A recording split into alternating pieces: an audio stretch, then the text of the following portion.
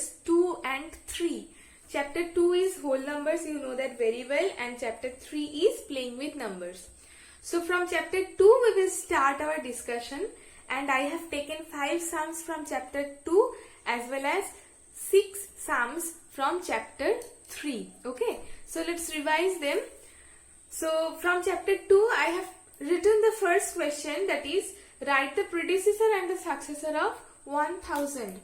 As I told in my last videos, that predecessor means always it will be -1. Whatever the number will be given, you have to subtract 1 from that number. And successor means whatever the number will be given, we will add 1 with that number. Okay, so what is coming here? It is 999 and it is 1001. So in each and every case, the predecessor means you have to subtract 1 from that given number, and successor means you have to add 1 with the given number. Okay, so this is the concept of predecessor and successor. It can also be applied to any of the integers. It can be negative integer, it can be positive integer, but whenever predecessor will be given, you will subtract 1 from that, and whenever successor will be given, you will add 1 with that. Okay, let's come to the next question. So here in the question it is given, use suitable property to solve the sum. So here this sum is given and you have to use the suitable property. So you have already learned 4 properties. One is closure property, associative, distributive, and commutative. In case of closure property, I have told, in case of whole numbers, if we add 2 whole numbers or if we multiply 2 whole numbers, in our answer we will definitely get 1 whole number as well. That's why if we add 2 whole numbers, we are getting 1 whole number.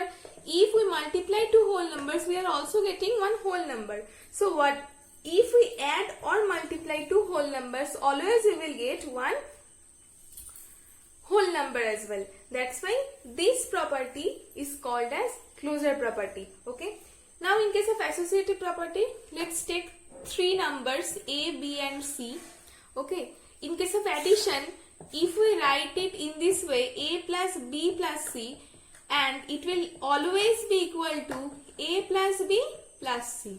Okay, let's take an example. It is associative property on addition. Okay, so let's take one example. Let's 5, 6, 7. These in place of A, B, C, I have put 5, 6 and 7, and I have written the numbers in this format. Okay, whatever the result will come for 5 plus 6 plus 7 within bracket, the same result will also come for 5 plus 6 plus 7, where 5 plus 6 will be there within a bracket and 7 will be left alone. So let's find the result. Here we are getting the result 13, and here also we are getting the result, here we are getting the result 18, and here also we are getting the result 18.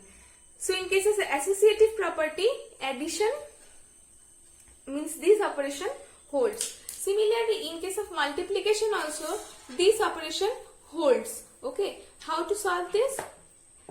If we multiply in this way, A into B into C within bracket and A into B within bracket, then C will be left alone. Then for these same numbers, if we put it in this way, we will always get the same result.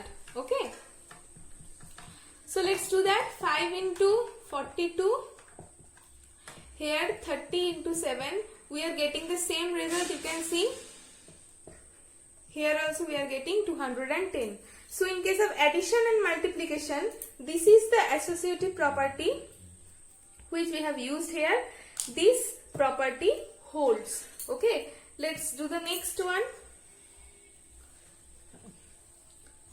Now we will talk about distributive property. Okay, so here again we will take 3 numbers like A, B and C, and as when I have taught distributive property, I have shown you in this way. A into B plus C will always be equal to A into B plus whatever the sign will be placed in between these two numbers which are within bracket will be placed here A into C. So A is distributed between B and C. See, here we have written A into B, here we have written A into C. Now let's take an example.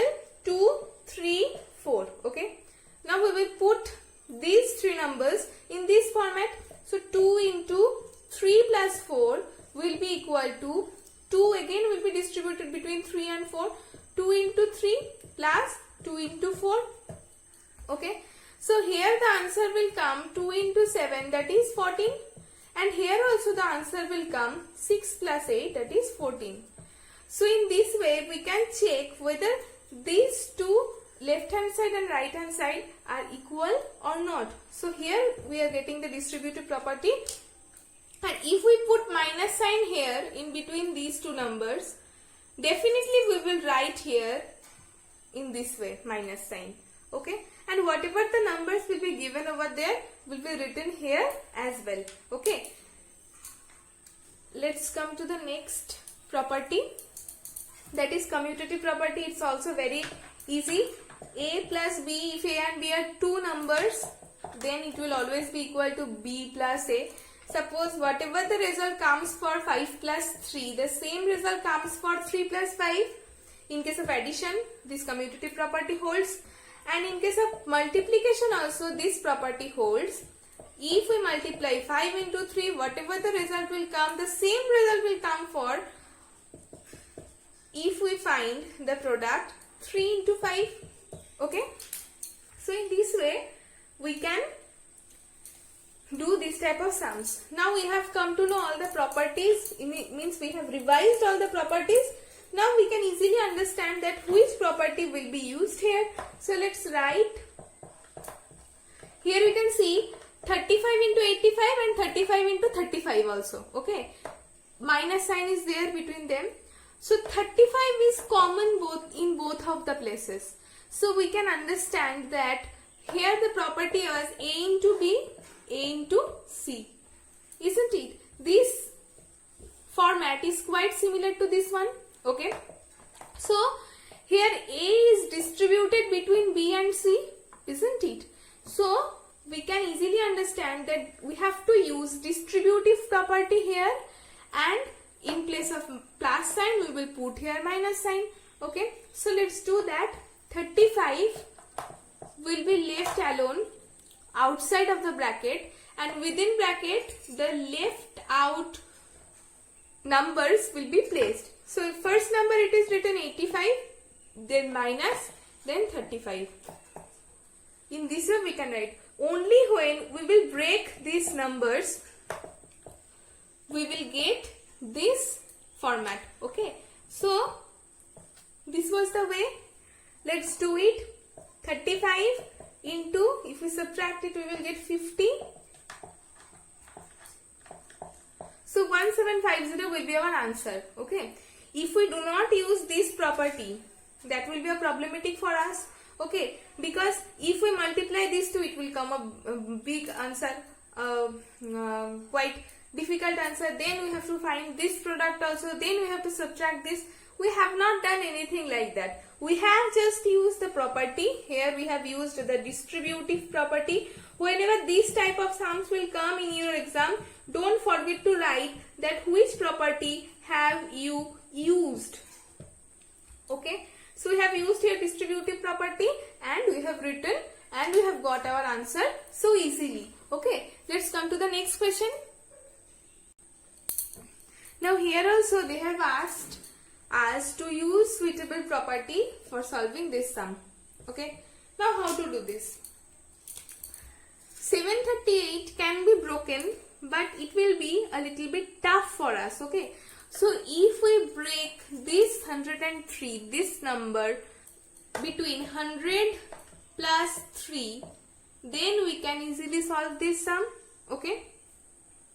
So let's do it. 738 into 100 plus 3. So which property have you used here? Easily we can say distributive. Okay, so let's do that. 738 is multiplied by both 100 and 3. Whatever will be given in the bracket, 738 will be multiplied with both of them. So 738 into 100 means 738 will be distributed between 100 and 3, and this plus sign will be placed between them, and again we will write 738 into 3. Okay, so let's do 738 plus this one. So I hope you can find it yourself, and don't forget to write the answer. So by only watching the numbers or the sum which is given over there, you have to understand that which property will be used over there, and which number can be broken by dividing or by breaking which number. The sum will be easier for us to do. Okay, let's come to the next question. Now in this sum, in question number 4, it is written how many whole numbers are there between 27 and 41. Okay, so let's write all the numbers which are placed between 27 and 41. Though this is not the rule, just making you understand, I am writing this. Okay, so I have written all the numbers. Now we have to find the numbers which are between these numbers. Between these numbers means 27 and 41, these two numbers will be excluded, okay, from that chart. So let's count 1, 2, 3, 4, 5, 6, 7, 8, 9, 10, 11, 12, 13. So we are getting 13 numbers which are there in between 27 and 41. Now there is a rule, if the gap between these two is bigger given, like 27 and 127 given, then it is not possible for us to write all the numbers between from 27 to 127. Okay, it's not possible. So there is a specific rule for doing this. This one is, first from the bigger number we will subtract the smaller number, then we will subtract 1 from that. Okay, now let's do it. 14 minus 1, see, we are getting 13. Now if any two numbers like 27 and 127, let's take this example only. If these two numbers are given, then also we will subtract the smaller number, means 27, from the bigger number, means 127, then we will subtract 1 from that result. Okay, so 100 minus 1, so our answer will be 99. Understood? In this way, these type of sums can be done. So here we will subtract from the bigger number, the smaller number will be subtracted. After that we will subtract 1. So this number means 13 numbers are there between 27 and 41. Okay, the numbers can be changed, but the rule will be same for all of them. Let's do the next one. So in this sum it is written, we have to arrange the numbers using suitable property. Okay, and you have to solve this sum. Okay, now here you can see it will be better for us if you bring 1 0 at the unit place. Okay, it will be easier for us to solve the sum in each and every case. Now here 8 given, here 7 given. If we add these two numbers, we will get 15 at our unit place. So 5 will be placed there in our ones place. So we will not take these two numbers. Now I will start taking these two numbers. Here we are getting 2, here we are getting 8. Okay, so definitely we can understand that 0 will come at the unit place. So let's rearrange it in this way. And the left of the number will be written like that. So we will add these two, we will get 500 over there. Then we will get again 507. So our answer will be 1007. Understood? Very easy sum, class. In this way we can do all the sums. Okay, so which property have we used here? See, these two numbers, in this addition these two numbers are changed. Okay, so can we say that we have used associative property here?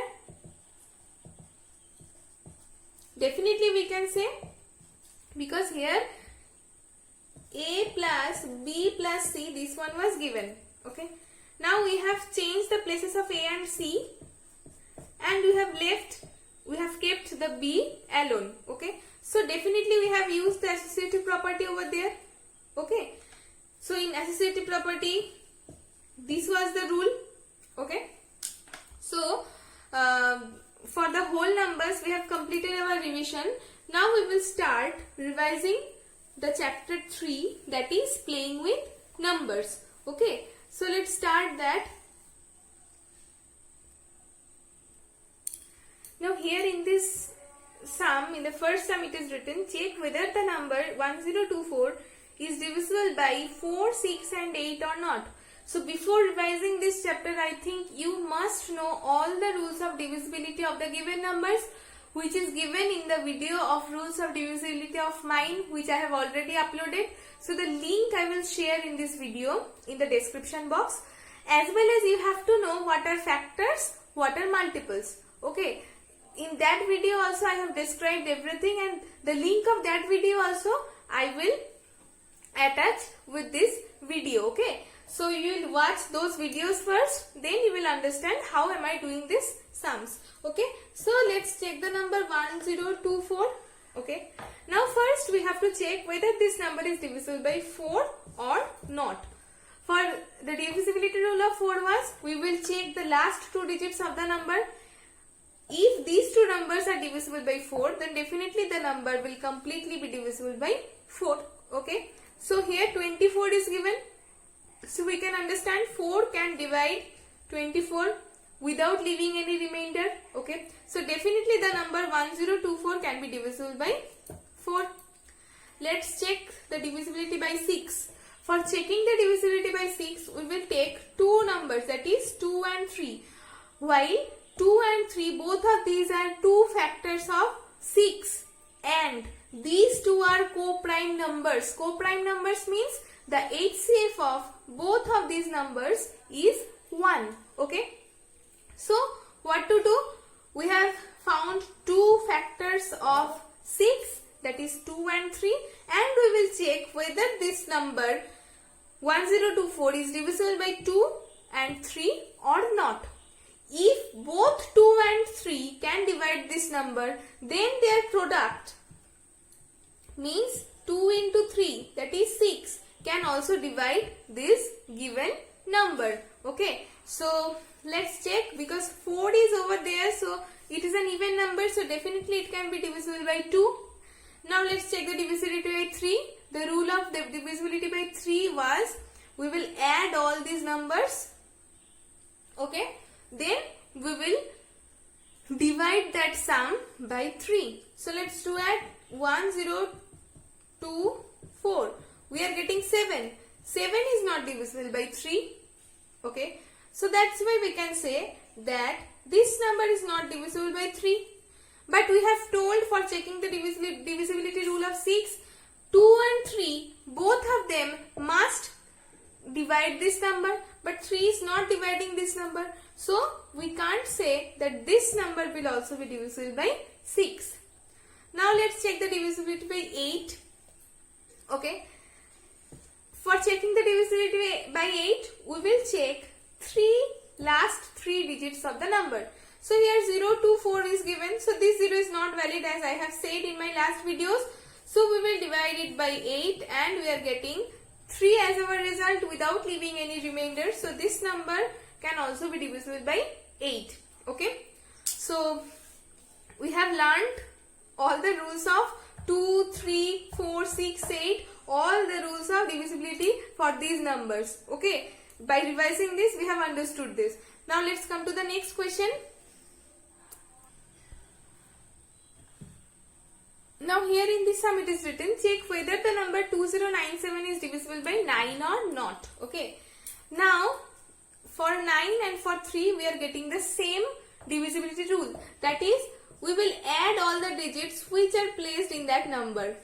2097, all of these will be added. So we will get 18 as our result. If 18 can be divided by 9, then the whole number 2097 can be divided by 9. Yes, here we can see that this number can be divisible by 9. Okay, so 2097 can also be divisible by 9. Now, one more thing I must say, that if 9 can divide this number, then all the factors of 9 can also divide this number. Here we can see 3 is a factor of 9, 1 is a factor of 9. We will not take 1 because 1 can divide all the numbers. 1 is a common factor of every number. See, 3 is a factor of 9. So we can definitely say, for becoming a factor of 9, since 9 can divide this number, for being a factor, 3 can also divide this number. Okay. But the number which is divisible by 3, it is not mandatory that 9 can also divide that number. Because if we take an example of 12. Suppose 12 is such a number which is divisible by 3, we know that very well. But can we say that 9 can also divide that number? Definitely not. Okay. So if a number, suppose here 9 can be given. So if a number can divide a given number, the factor of those numbers can also divide that number. This is the rule. Okay. So let's come to the next question. Now in question number 3 it is written, the product of two numbers is 72, their HCF is 4 and find their LCM. Okay.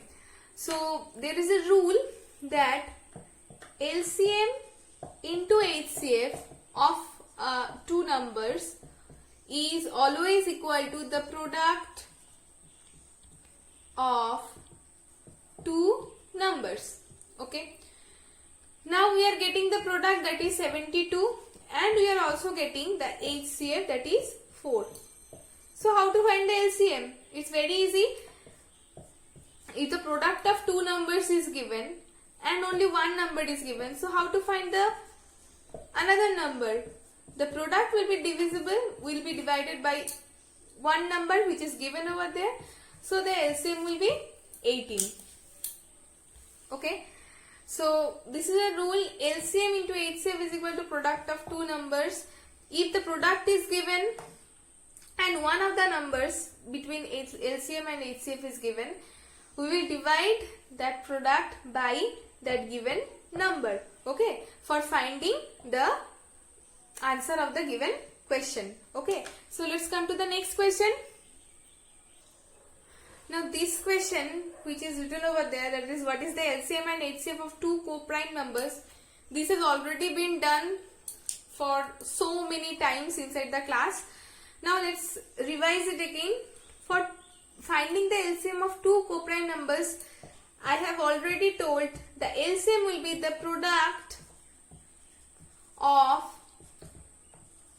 the two numbers. Okay, and their HCF will always be 1. As I have told that there is only one common factor for both of the numbers which are co-prime, that is 1, and we can say that for being a pair of co-prime numbers, their HCF must be 1 and their LCM will be the product of two numbers which are given over there. Okay, so let's come to the next question. So here in question number 5 it is written, find whether this number is divisible by 11 or not. So we know the divisibility rule of 11 very well. Let's check it. 0, 0, 1, 0, 1, 0, 0, 1. Okay. So this is the number which is given over there. So what is the rule? We will find the sum of the digits which are placed at the odd place first. So let's take 1, 0, 0, 0, 1. Okay. So what are the digits coming? 1 plus 0 plus 0 plus 0 plus 1. Okay. So we have found the sum which are of the digits which are placed at the odd places. Then we will start finding the sum of the digits which are placed at the even places. 1, 1 in this way. So what are coming? 0 plus 1 plus 1 plus 0. So here it is 2 coming. Now we have found the sum of all the digits which are placed at the odd places, have found all the digits, the sum of all the digits which are placed at the even places. Now we will subtract these two numbers and we are getting 0. 0 is definitely divisible by 11. So the number which is given over there is completely divisible by 11. Okay. So this is the rule of divisibility by 11. Let's come to the next question. Now in question number 6 it is written, determine the smallest 3-digit number which is divisible by 4, 8 and 12. Now we know that what is the smallest 3-digit number? What is that? That is 100. We know that very well. Now let's keep it aside. And for finding this, first step we have to find the LCM of this number. Let's do that.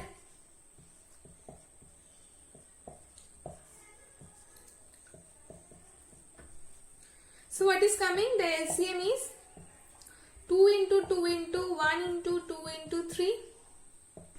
So 24 is coming as their LCM. Now in our question it is written that we have to find the smallest 3-digit number which can be divisible by 4, 8 and 12. Now we have found the LCM of LCM of 4, 8 and 12, which is 24. Now it is very evident that all the multiples of 24 can be divided by 4, 8 and 12, isn't it?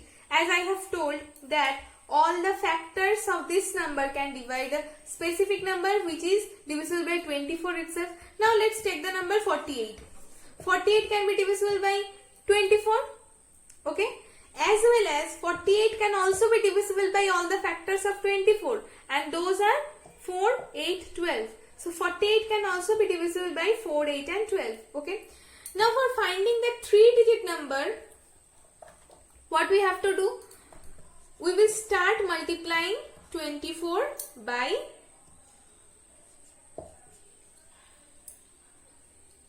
the whole numbers. Okay. In this way, from 1 we will start. It is 24 coming itself, so we don't have to check it. So we will start from multiplying by 2. It's 48 coming. Next 24 into 3, that is 74. 2 coming. Here also we are not getting a 3-digit number. Then we will start multiplying it by 4. 96 coming. It is not a 3-digit number also. So we will start multiplying it by 5. And it is 120 coming, which is a 3-digit number. Isn't it? Which is a 3-digit number. So this is the first 3-digit number which is divisible by 24. First 3-digit number means it will be the smallest 3-digit number which is divisible by 24. And if this number is divisible by 24, this number can also divisible by all the factors of 24 which are given over there, 4, 8 and 12. So this is the smallest 3-digit number which is divisible by 4, 8 and 12. Okay. So while multiplying this from 1, 2, 3, 4, 5 in this way, we can find the 3-digit number which is divisible by these numbers. Okay. So the first step, we have to find the LCM of them. If we find the LCM, the multiple of the LCM can also be divided by 4, 8 and 12 without leaving any remainder. Okay, because 4, 8 and 12, all of these are the factors of 24. And if a number can divide a specific number, then all the factors of this number, means these all can divide this number. So this is the rule which we have applied. Okay.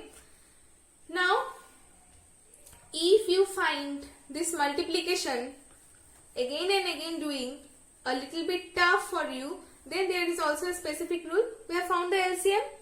Now, the smallest 3-digit number is 100.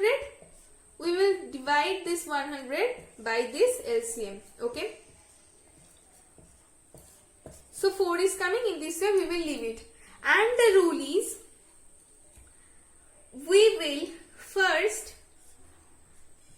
subtract the remainder 4 from the dividend, that is 100. Okay. Now we are getting the result 96. We can easily say this 96 is there in 24's table, means 96 is divisible by 24.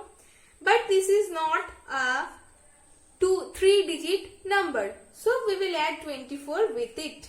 again, and we will get 120 as our result. It can also be done. Okay, so if we divide, if we do the process of division, then the 3-digit number will first be divisible by divided by the LCM. Okay, and we have divided it. We have got a specific remainder. Then the remainder will be subtracted from the dividend and will be added to the divisor. This is the rule of finding such numbers. So we have shown two processes. Whatever will be convenient for you, you can do that yourself. Okay, there is no binding that you have to do in this way, you have to do in that way.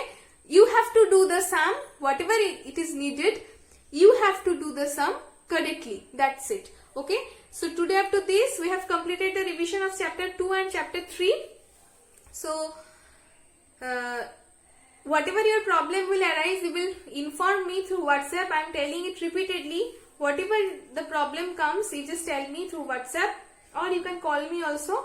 Whenever the time is mentioned, whatever the time is mentioned, I have repeatedly mentioned the time also. So today up to this, keep practicing at your home and stay safe. Bye.